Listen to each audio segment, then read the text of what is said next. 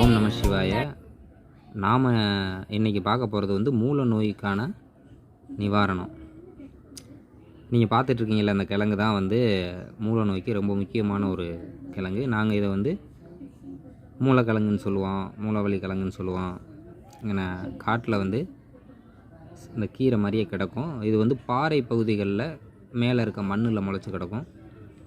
ஏன்னா நீங்கள் பாறை அடிவாரம் அல்லது சின்ன தரையோட தரையாக இருக்க பாறை, அது மேலே இருக்க மண், இந்த மாதிரி இதில் இருக்கும். வயல்வெளிகள்லேயும் நிறைய கிடைக்கும்.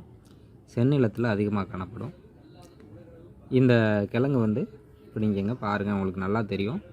அடியில் வந்து கிழங்கு வந்து முள்ளங்கி மாதிரி ஆகியிருக்கும். இது வந்து சாப்பிட்டோன்னு சொன்னால் வெண்டைக்காய் மாதிரியே பிசு பிசுப்பாக இருக்கும்ன்றது. பச்சையாக சாப்பிட்லாம். இந்த கிழங்கு ஒன்று அல்லது 2 எடுத்துக்கலாம். ஏன்னா அடுத்தது வந்து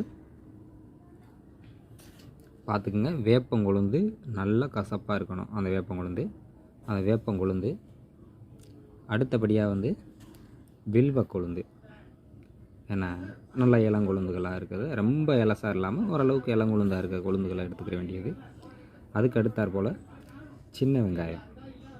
ஏன்னா சின்ன வெங்காயம் நான் 2 காமிச்சிருக்கேன்.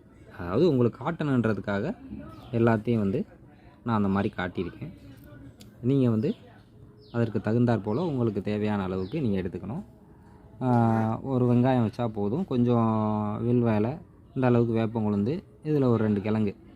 இந்த பொருளை எடுத்து நல்லா அம்மியில் வச்சு மைய அரைச்சி காலையில் அதிகாலை நேரத்தில் என்ன அப்படியே ஒரு உருண்டையாக உருட்டி வாயில் போட்டு முழுங்கிட்டு நீராகாரம் குடிச்சிட வேண்டியதுதான். இதை செஞ்சிட்டாலே போதும். மூல நோய் எந்த வகையான மூலமாக இருந்தாலும் சரி, இரத்த மூலமாக இருந்தாலும் சரி, பௌத்திரமாக இருந்தாலும் சரி, ஆசன வாயில் சம்மந்தப்பட்டு வரக்கூடிய எல்லா வகையான நோய்களும் கட்டி முதற்கொண்டு எல்லாமே உடனே குணமாயிரும். ஏன்னா அந்த ஒரு வாரத்துக்குள்ளே முழுமையாக குணமாயிரும். சில பேருக்கு மலம் போகாமல் மலச்சிக்கல் இருக்கும். அந்த மாதிரி இருக்கக்கூடியவங்களாம் என்ன செய்யணும் அப்படின்னா, நல்லா வடித்த சாதத்தில் கொஞ்சம் சுட சுட இருக்கும்போது, இளம்பதமாக இருக்கும்போது என்ன நெய்யை நல்லா எண்ணெய் மாதிரி நிறைய ஊற்றி அப்படியே பிசைஞ்சு 4 வாய் நல்லா வாய்க்குள்ளே போட்டு சாப்பிட்ருங்க. சாப்பிட்டிங்கன்னா என்ன முதல் சாப்பாடு அதை சாப்பிட்ருங்க. அதுக்கப்புறம் கொஞ்சம் நேரம் கழித்து நீங்கள் என்ன சாப்பிட்ணுன்னு நினைக்கிறீங்களோ அதை சாப்பிடுங்க. அது மலத்தை இலக்கி விட்டு அந்த பகுதிகளில் கொஞ்சம் இலக்கத்தை கொடுத்து மலத்தை ஈஸியாக எளிமையாக வெளியே போகிற அளவுக்கு கொண்டு வந்துடும். அதனால் மலம் நாம் அடுத்த பதிவில் வந்து ஏன்னா பல்பொடி செய்கிறதுக்காக வேண்டி நுணா காய்கள் அப்படின்னு வந்திருக்கேன். பிஞ்சுகள், காய் கிடையாது, நுணா பிஞ்சு. அடுத்த பதிவுகளை நம்ம பார்ப்போம்.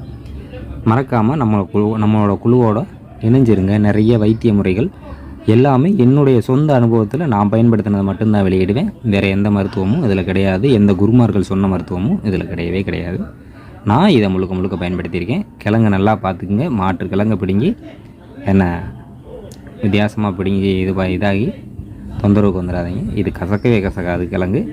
இலைகளை வந்து துண்டித்து கீழே போட்டுற வேண்டியதுதான். உதாரணத்துக்கு இந்த மாதிரி இலைகள் தண்டோடு வருதில்ல, இதை மட்டும் அப்படியே எடுத்துகிட்டு இலைகளை எடுத்துகிட்டு கிழங்கை மட்டும் அப்படியே பயன்படுத்தி தண்ணியில் கழுவிட்டு பயன்படுத்திக்க வேண்டியதுதான். ஓம் நம சிவாய.